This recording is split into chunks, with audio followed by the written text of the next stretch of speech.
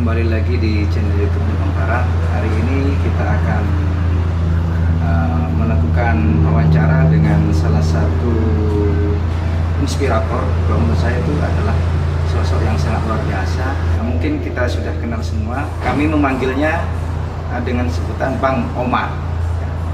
Beliau sudah mempunyai salah satu karya yang sangat luar biasa, yaitu Mantra Keluyuran Cinta Jelajah Nusantara. Bisa dibilang Bang Omar ini keluyuran cintanya seperti apa, mungkin itu akan dibahas sangat detail sekali di channel ini. Tentunya saya harapkan kalian bisa menikmati dan bisa mengambil hikmah atau hal-hal yang positif dari tayangan video ini. Saya langsung kepada Bang Omar. Assalamualaikum warahmatullahi wabarakatuh. Waalaikumsalam warahmatullahi wabarakatuh. Gimana kabarnya, Bang? Alhamdulillah, saya. Nah, saya memegang bukunya ini sangat luar biasa. Masya Allah ya salam. Sangat menggoda sekali. Insya Allah ya salam. Dari tampilannya, covernya, kemudian ada sedikit fotonya dengan ini. Sangat luar biasa. Ini mantra. Ini apakah semacam pemikat begitu. Kemudian ada lagi turunan dari bukunya itu Keluyuran Cinta Jelajah Nusantara. Mungkin abang bisa menceritakan singkat dulu nih tentang judulnya ini. Kenapa mantra kemudian ada istilah keluyuran cinta itu?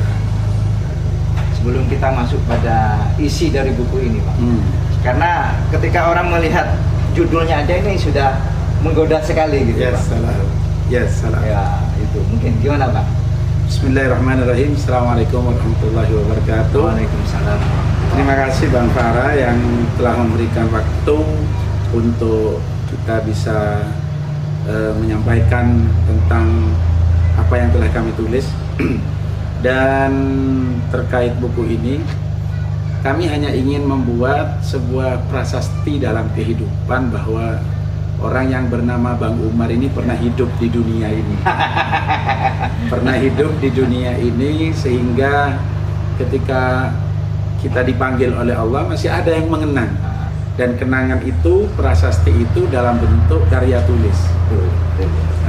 Dan juga yang terpenting kami ingin mengabarkan bahwa saya Bang Umar pernah mengunjungi beberapa tempat di belahan bumi di Nusantara, bahkan sampai ke negeri jiran.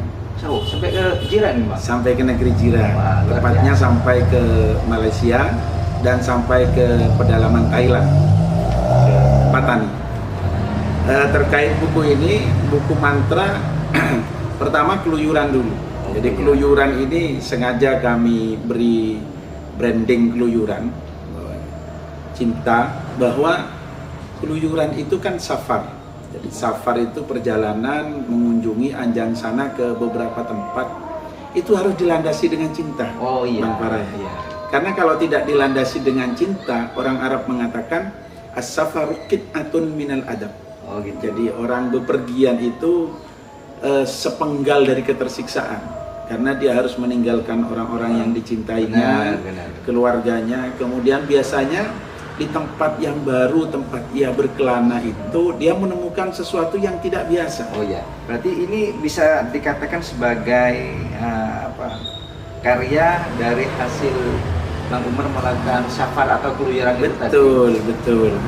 Jadi karena kita memang ketika melakukan keluyuran ada amanah, ada wadifah kepada kami untuk berkeluyuran. Jadi kami laksanakan dengan penuh rasa cinta. Ya. Jadi kalau tidak, mungkin kita akan jenuh, Ya. kita akan bosan. Jadi kita nikmati. Dan terlebih ketika dalam keluyuran itu kami bisa menyebar cinta. Ah, itu pesannya. Kita bisa menebar cinta kepada objek di mana kita berada. Biasanya orang itu ketika melakukan traveling atau keluyuran itu merusak biasanya. Merusak. Itu Misal jangan sampah-sampahnya itu jangan kan sampai terjadi. dibuat. Iya. Makanya apa yang kami lakukan berdasarkan cinta, sehingga ketika misi cinta itu menjadi misi utama, bertemu dengan siapapun dan dimanapun, lintas suku, lintas ras, lintas bahasa, kita bisa enjoy. Bisa enjoy. Karena hati kita sudah berangkat dari modal cinta itu. Sehingga kita nyantai berada dimanapun, kita ketemu dengan orang Kalimantan, ketemu dengan orang Thailand, ketemu dengan orang yang beda ras dengan kita. Tapi karena modalnya cinta, ya kita nyantai-nyantai saja. Nah, itu tentang keluyuran cinta. Ya. Nah, sehingga kalimat as-safaru qit'atun minal adab itu sedikit terkikis. Karena perjalanan kita berdasarkan cinta dan menebar cinta. Kemudian mantra sengaja kami pilih berangkat dari temuan kita ketika saya berada di pedalaman Sumatera, Bapak. Iya. Jadi kita berada di pedalaman Sumatera. Berarti sampai sudah masuk ke Sumatera. Kita masuk ke pedalaman. Kemudian di situ ada sebuah suku, namanya suku Anak Dalam. Suku Anak Dalam itu suku yang nomaden. Berpindah dari satu tempat ke tempat yang lain. Bisa dikatakan suku tersebut sudah putus hubungan dengan dunia modern gitu, Bang. Putus hubungan dengan modern. Jadi gaya hidupnya mereka adalah berburu. Jadi pagi-pagi mereka berangkat berburu, yang laki-laki, yang perempuan tinggal di rumah yang sederhana, hanya kain diikat di kayu, mereka tidur di bawah. Kemudian yang berburu itu mungkin 1 hari, 2 hari, kadang sampai 2 minggu. Nah, nanti kalau sudah di kawasan itu kehabisan bahan untuk berburu, mereka pindah. Jadi bisa dalam 1 bulan bisa berada di sekian ratus kilometer. Nah, ada yang menarik. Gimana? Ya. Mereka itu suku Anak Dalam itu adalah orang yang belum beragama. Ya.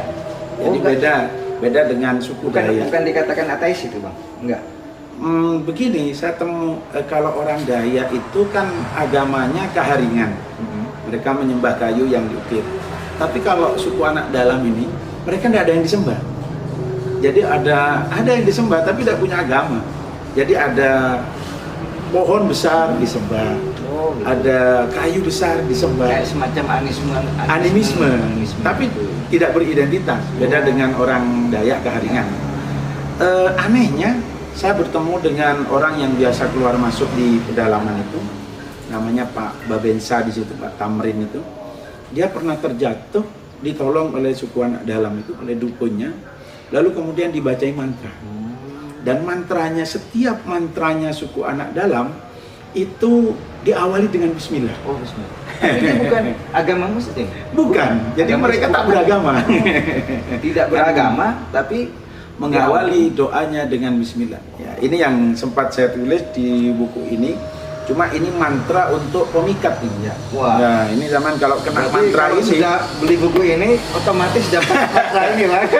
Jadi kalau Bang Farah nanti masuk ke suku Anak Dalam, halaman berapa itu, Bang? Halaman 13. Jadi masuk ke suku Anak Dalam, disukai sama cewek di situ, dibacai mantra ini, bisa nggak keluar sama dari hutan itu. Iya ya. Iya.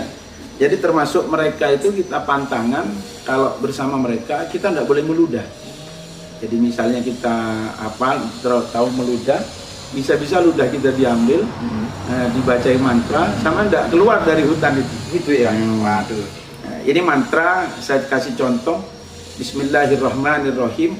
Manis alia manis, manis sangkut di pintu joda. Aku memandang manis si anu titik jangka Allah serta Tuhan la ilaha illallah Muhammad Rasulullah.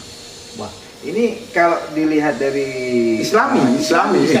Bang. Tapi mereka tak beragama, tidak beragama sampai sekarang. Kok bisa dilandasi atas dasar apa? Ada, makanya di buku ini saya tulis ada 2 kemungkinan. Jangan disebutkan semua, Bang, satu aja. Kalau iya. Lebih detailnya ya silakan baca sendiri lah. Silakan. Cuma ini yang menarik. Ya, gimana? Yang kemudian menginspirasi ya, kemungkinan dulu ada pendakwah ya Muslim yang masuk ke situ, tidak sempat mengajarkan syariat secara utuh, mungkin hanya menyelipkan kalimat-kalimat tauhid di dalam doa mereka. Ya. Itu yang sepintas saya tangkap. Jadi ada jadi mereka itu ada temenggung kepala suku, ada atasannya lagi jenang. Ada jenang pada zaman itu yang konon katanya Muslim. Kemudian sempat menyelipkan kalimat-kalimat tauhid dalam berdakwah. Gitu. Setiap membaca mantra diawali dengan Bismillah, diakhiri dengan La ilaha illallah Muhammad Rasulullah. Itu yang kemudian menginspirasi kami untuk menyematkan judul dalam buku ini. Mantra gitu. Ya, salam. Ada mantra ya salam. Ini luar biasa ini. Jadi bagi yang jomblo harus beli buku. Harus ini. beli, Sangat inspiratif dan ditulis bukan berdasarkan sesuatu yang imajinatif, Bang. Bukan, Tapi kita bersentuhan langsung. langsung ya. Iya. Nah, sampai pertama informasi tahu di Sumatera itu ada salah satu suku yang katakanlah yang masih nomaden itu dari sana. Jadi kita kebetulan Bang Farah, kita sekarang saya berkhidmah kepada komunitas kiai-kiai yang alumni Timur Tengah yang jaringannya senusantara. Di senusantara. Ada salah seorang kiai dari Jember namanya Kiai Sadid itu, waktu beliau berkunjung ke Sumatera, ketemu dengan teman-temannya yang sesama alumni sarang yang sudah jadi kiai di Sumatera, kemudian bercerita bahwa kita punya problem. Ya, kita punya problem di kabupaten ini, di Jambi itu, yakni pembinaan suku anak dalam. Nah, karena Kiai Sadid ini termasuk kiai tempat kita berkhidmah, dibawalah ke komunitas, ke organisasi kami, As-Sofa itu, lalu kemudian diflorkan menjadi program.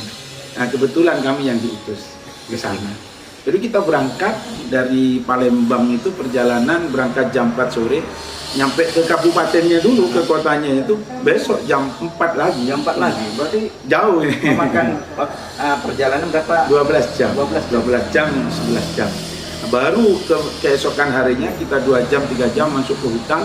Di situ kita bisa melihat, dan saya tidak percaya, Bang Farah, karena waktu itu kita sama wakil bupatinya. Ya, wakil bupatinya cerita, ini Pak Ustadz jangan kaget kalau warga di dalam nanti tidak pakai baju. Pikiran kita langsung ngeres gitu. Iya, betul. Karena lihat orang tidak pakai baju. Ya, itu yang ada dalam pikiran saya begitu, Bang. Jadi yang namanya orang nomaden terputus dari dunia luar, tentunya kan apakah dia itu masih memakai baju, terus maksudnya ya seperti layaknya masyarakat biasanya lah. Jadi mereka itu kita lihat ya masuk hutan 2 jam itu, ternyata di dalam ada orang-orang seperti itu, tidur di bawah pohon, kemudian yang perempuan itu tidak pakai baju, baru kalau sudah mau menikah ininya tertutup, nanti kalau sudah menikah buka lagi. Dan menariknya tidak boleh difoto. Karena kalau difoto itu dalam pemahaman mereka mengirim dewa penyakit. Bayangkan kalau boleh difoto, dieksploitasi ini. Ya penyakitnya itu paling. Eksploitasi. Ya. Lalu kemudian kita diajak ketemu dengan kepala suku bersama kiai-kiai. Nah, sejak saat itu kita diberi amanah untuk melakukan pembinaan. Tekniknya kita mengkoordinir beberapa pesantren untuk mengirim santri-santrinya yang siap untuk berjuang jadi wali songo tahun abad 21 ini. Berarti masih ada ya istilahnya kiai ulama yang punya tujuan yang kebetulan kita yang ngontak. Jadi kita ngontak pondok ini, pondok Sukorejo, pondok Langitan. Kita minta ustadznya untuk dikirim ke sana. Jadi kita yang survei ke sana. Kalau ngajar di sana itu tidak butuh pinter kita. Jadi kalau Bang Farah mau ke sana, yang penting bisa berburu, diterima di masyarakat sana. Iya. Bisa berburu, mancing, naik pohon, itu bisa diterima. Tapi komunikasinya dengan masyarakat itu pakai bahasa apa? Kita ada pendamping. Jadi jenangnya itu. Jadi kayak kepala desa ini camatnya, kemudian ada orang yang biasa keluar masuk ke dalam. Maka di antara teknik agar kita mengerti karakter dan bahasa mereka, ustadz atau pengajar itu juga ikut berburu. Akhirnya komunikasi jalan. Oh ya. Komunikasi jalan.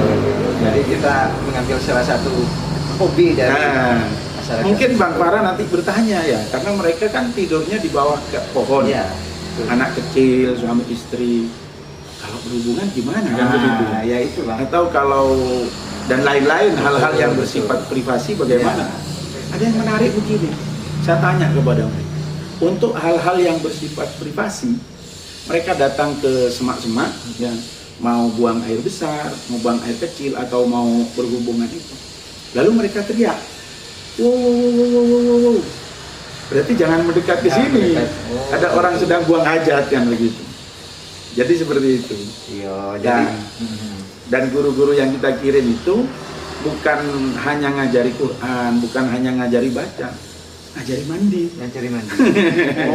Jadi guru-gurunya ikut nyemplung ke sungai, ikut mandi. Alhamdulillah, 3 bulan kita survei ke sana, anak-anak yang dibina oleh para guru yang dikirim itu sudah bersih-bersih, Bersih-bersih, ya. sudah ganteng-ganteng gitu.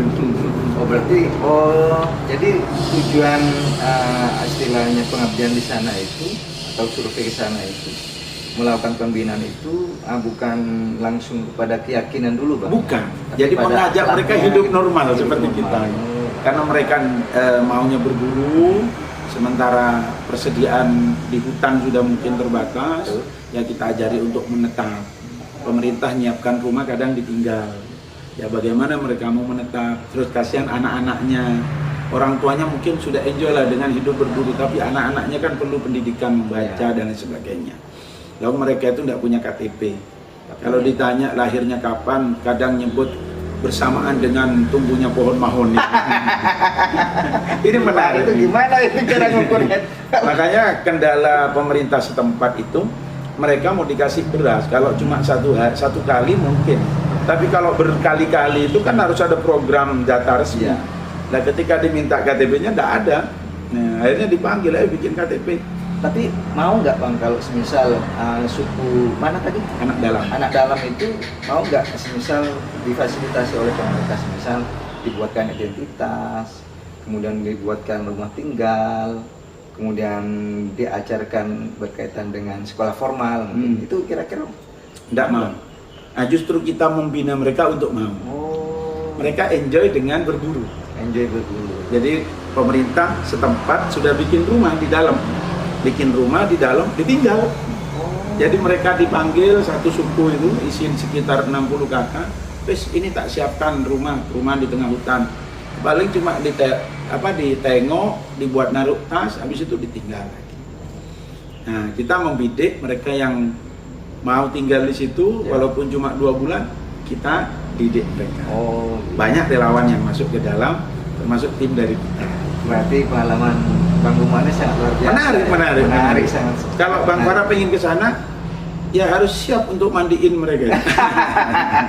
Kalau saya siap Pak, cuma yang di belakang yang butuh pengorbanan yang sangat luar biasa. Jadi misi beliau para guru-guru kami, para kiai, ini misinya seperti Wali Songo zaman dulu. Bener Bang, ini sangat luar biasa. Misi seperti Wali Songo zaman dulu. Saya kira begini, sekarang kan sudah era modern ya, globalisasi, tapi masih ada penduduk yang istilahnya menetap di hutan, nomaden lah, yang ada di hutan.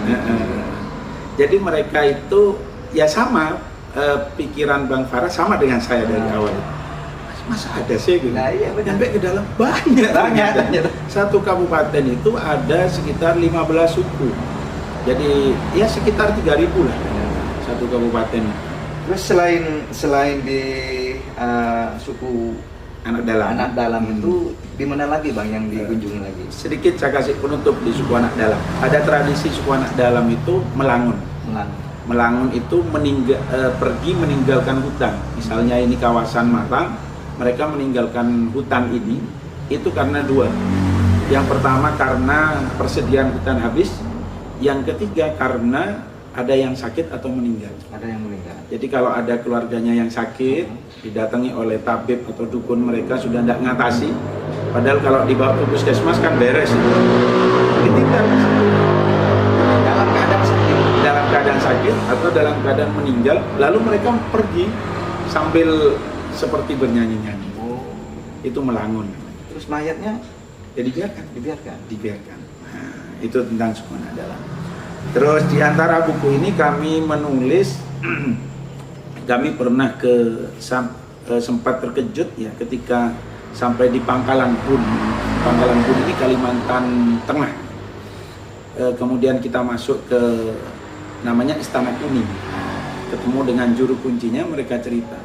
Ternyata yang merintis merintis kerajaan Istana Kuning ini, Pangkalan Kota Waringin ini adalah orang Madura. Orang Madura. Orang Madura. Loh, sampai ke sana berarti. Iya.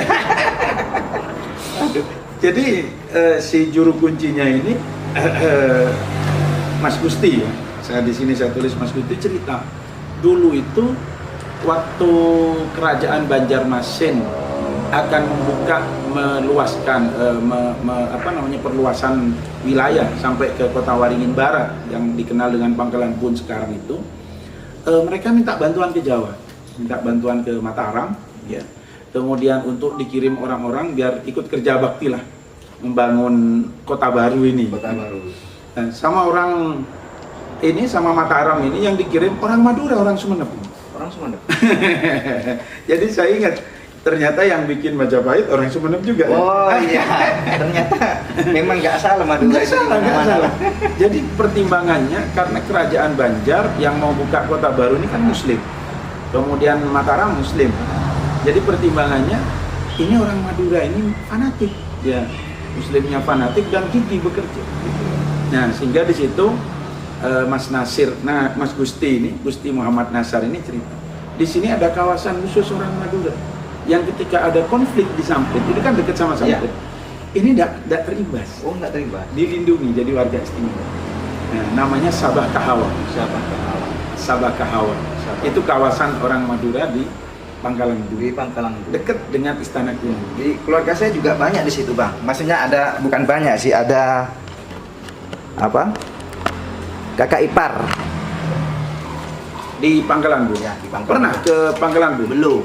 Ya, coba nanti disuruh main-main sih. Iya, coba ke Istana Kuning, cerita-cerita, sempat kami rekam seperti itu. Masya Allah.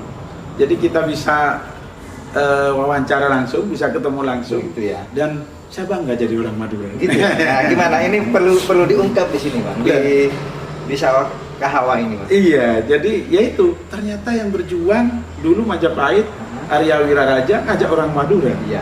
Membantu Raden Wijaya kan begitu. Kemudian ketika Demak katanya atau kerajaan Islam itu membentengi ini tapal kuda, dikirimlah orang Madura kan. Madura. Sehingga jadilah saya Madura swasta ini.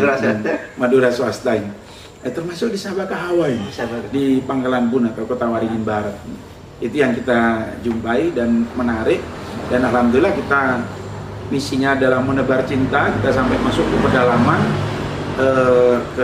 ke suku apa itu, Bang? Dayak. Jadi ada kabupaten itu namanya Kabupaten Seruyan. Seruyan itu ternyata membentangnya sangat jauh sekali ya, sepanjang Sungai Seruyan dari hulu sampai ke hilir. Jadi kalau di Kalimantan itu kan ukurannya pakai sungai ya, hulu sampai ke hilir. Dan yang menarik itu dalam satu rentang sungai atau dalam satu kabupaten ada 10 bahasa. 10 bahasa. Akhirnya bangga jadi orang Indonesia ya.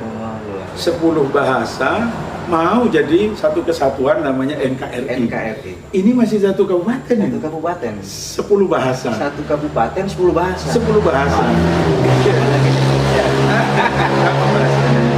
Masya Allah. Terus di sini juga kami mengungkap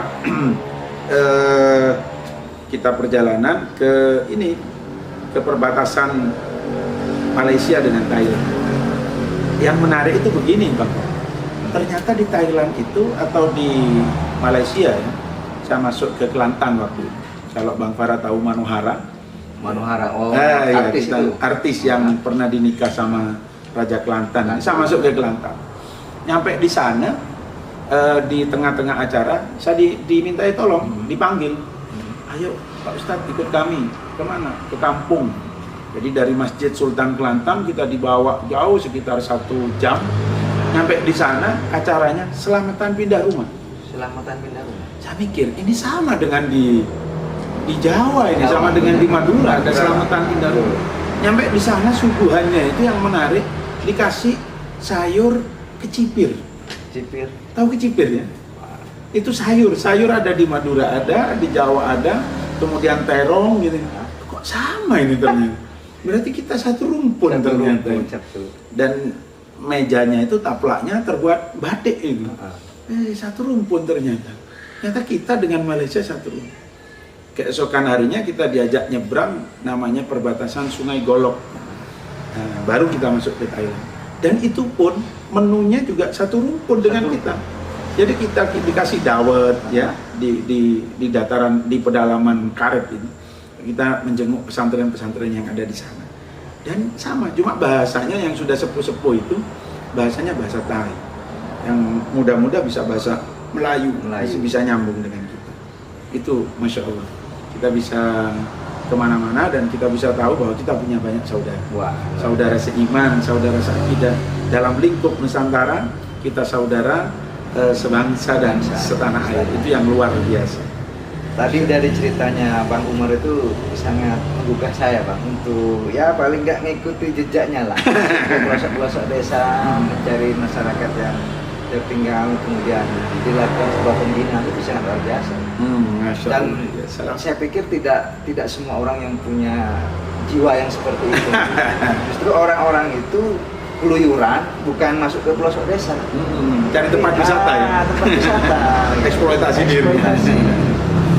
Masya Allah. Berarti terus kalau yang di Kalimantan itu apa yang menarik? Yang menarik itu ternyata beda dengan di Jawa ya, beda dengan di sini. Transportasinya pakai laut, pakai air. Pakai air. Jadi kita pernah diundang, diminta untuk ngisi acara itu naik speed dari kawasan Henau, Pembuang Bulu, menuju ke satu daerah namanya Telaga Pulang. Nah itu kita naik speed berangkat jam 8 pagi, nyampe di lokasi jam 4 sore. Jadi sepanjang hari kita lihat sungai, ada buaya, kemudian ada ini apa namanya monyet yang merah-merah itu. Kemudian nanti kita berhenti di warung yang terapung itu, warungnya terapung. Jadi warungnya diikat itu. Jadi bukan tidak pakai cagak gini, tapi terikat. Jadi kayak gini ini diikat, terapung di pinggir sungai. Antara namanya, satu dengan yang lain itu terikat. ini diikat ke pinggir gitu. Jadi kalau air lagi pasang ditarik, kalau lagi surut diulur gitu ke sungai. Ini namanya lanting, jadi goyang-goyang gini. Nah, ini yang menarik, kita naik perahu selama 1 hari.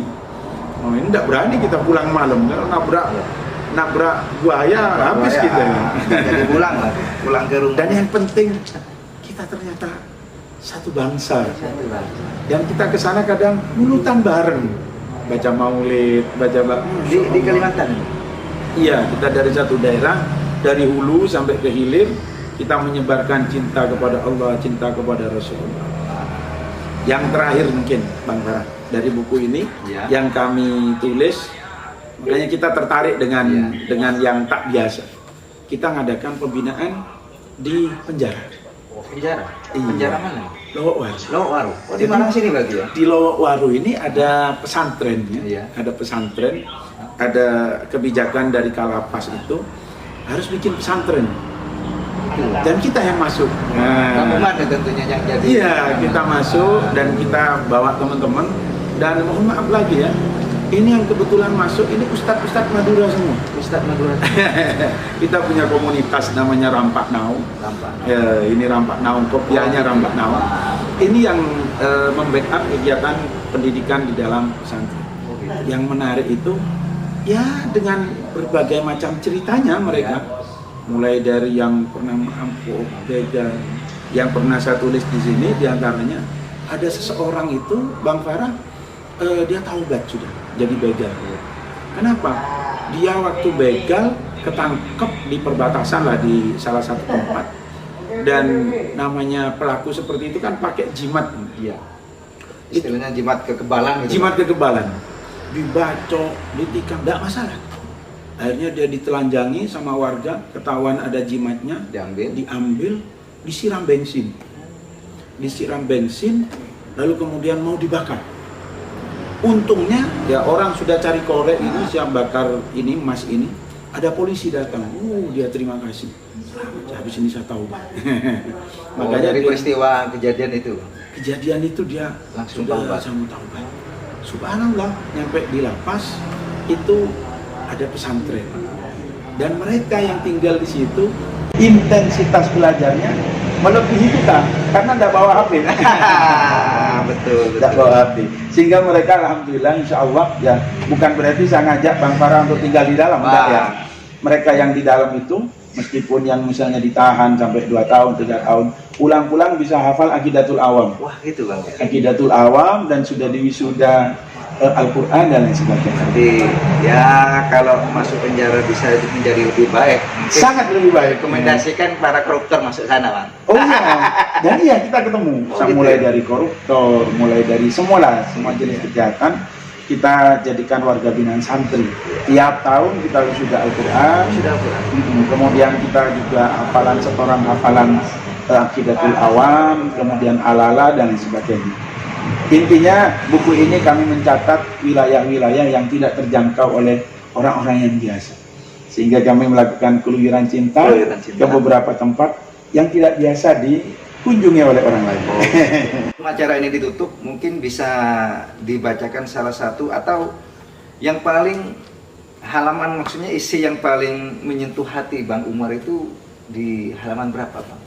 Atau di bagian apa yang paling menyentuh hati Yang Bang Umar? paling menyentuh saya itu rubriknya namanya kuliah kehidupan. Kuliah kehidupan. Kuliah kehidupan. Jadi kuliah kehidupan ini adalah ketika saya kan ngajar di UIN, Bang Farah. Oh, di UIN? Iya. UIN Malang sini? Iya, di UIN, di PKBBA itu biasanya tiap tiap 1 minggu dan 1 kali, ya 1 hari dalam seminggu kami beri waktu teman-teman mahasiswa itu untuk sharing biar mereka tidak jenuh dengan pembelajaran. Saya coba cari dulu halamannya. Di situ ada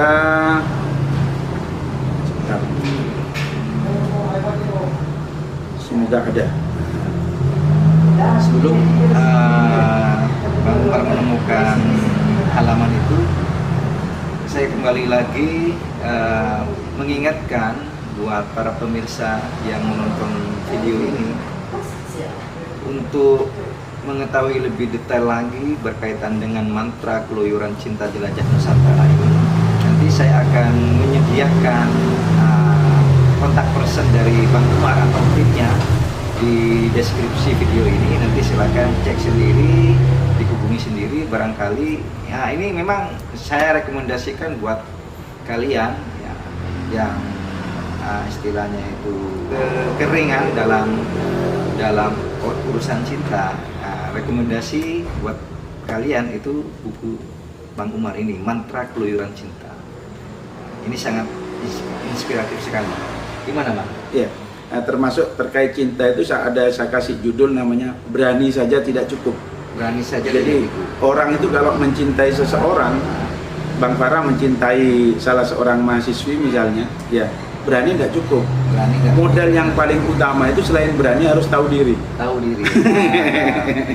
Ini Harus. mungkin tips buat mereka-mereka yang Ya, kita seperti itu. ada di sini. Berani tidak cukup. Jadi judulnya harus tahu diri. Harus tahu diri. Kemudian di halaman 78 itu ada saya judul Kisah Gadis Rambi Mekah. Jadi ada seorang mahasiswi yang bercerita kepada kami, namanya Vira ini. Dia cerita bagaimana konflik di Tanah Rencong waktu itu. Dia masih kecil, ya. Kemudian ketika rumahnya tahu-tahu digedor oleh siapa, oleh pihak siapa dia tidak tahu. Kemudian harus lari dari rumahnya, harus mengungsi. Dan selama dia perjalanan mengungsi tengah malam itu, dia melihat banyak mayat bergelimpangan itu, Bang, di tengah kebun. Ada yang sudah tak punya kepala dan berdiri mengejar.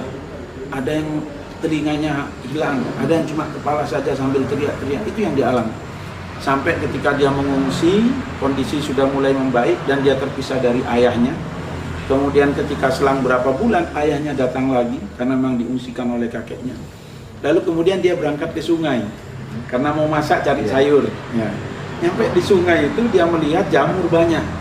Mbak Vira ini yang masih kecil, mungkin kelas 3 ini, dimasukkanlah jamur itu ke dalam kresek. Kemudian dia bawa pulang, dia teriak sama ibunya, "Ibu, saya dapat jamur." Setelah dibuka, bukan jamur itu, Bukan jamur. telinga itu. Telinga yang banyak mengambang di sungai itu. Nah, itu yang sempat saya tulis, dan waktu dia bercerita, teman-teman yang mendengarkan itu dak mentolo lah, dak kuasa gitu. Itu mayat-mayat apa bang kok sampai banyak? Waktu itu kan ada konflik Aceh ya, konflik GAM itu. Oh. Jadi ini ketembak, ini dibunuh, yang GAM dengan sipil, yang semacam lah, kita nggak tahu kondisi waktu itu. Sehingga ketika mungkin salah satu dicurigai, kemudian dia sampai katanya yang masuk ke rumahnya itu sampai menodongkan pisau, kamu harus pergi sekarang, kalau tidak kamu akan saya bunuh.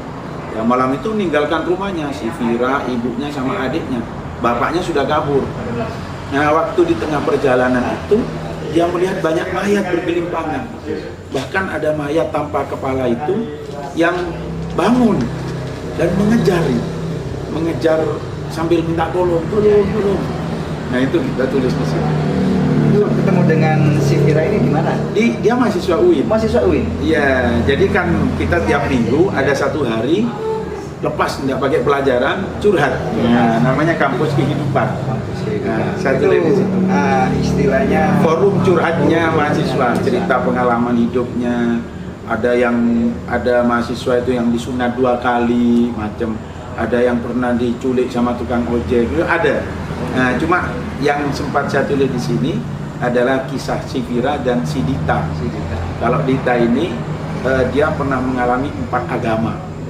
Jadi pernah dia terlahir Muslim, lalu kemudian dititipkan ke pakliknya ke Bali jadi Hindu, lalu kemudian ketahuan sama bapaknya ditarik lagi, dititipkan ke saudaranya di Surabaya jadi Nasrani, sehingga namanya diganti-ganti, kemudian balik lagi menjadi Muslim, tapi sempat dia sinkretis, kapan ada perayaan Muslim dia hadir, Natal dia hadir, jadi semuanya dirasakan. Dan terakhir dia di SMA-nya itu ikut taekwondo itu, kena tendang sininya Mbak Dita ini, sehingga harus di-ring. Nah, ketika proses ring itu dia menemukan harus taubat kembali kepada Islam. Ya, menemukan hidayah lah istilahnya. Menemukan hidayah, itu kampus kehidupan yang kami tulis di sini, dan saya sudah minta izin kepada orang-orangnya untuk menulis Mbak Vira sama Mbak Dita, dan dia berkenan sehingga ada di situ. Masalah cinta insya Allah juga ada di situ, terpenuhi semua di sini. Terpenuhi di sini. Jadi semuanya. bagi yang istilahnya pernah disakiti cinta, insya Allah baca buku ini sudah menemukan solusinya, penyejuknya. Bagi yang jomblo mungkin ya baca buku Bang Umar ini, insya Allah dia akan menemukan solusinya juga. Insya Allah ya salam.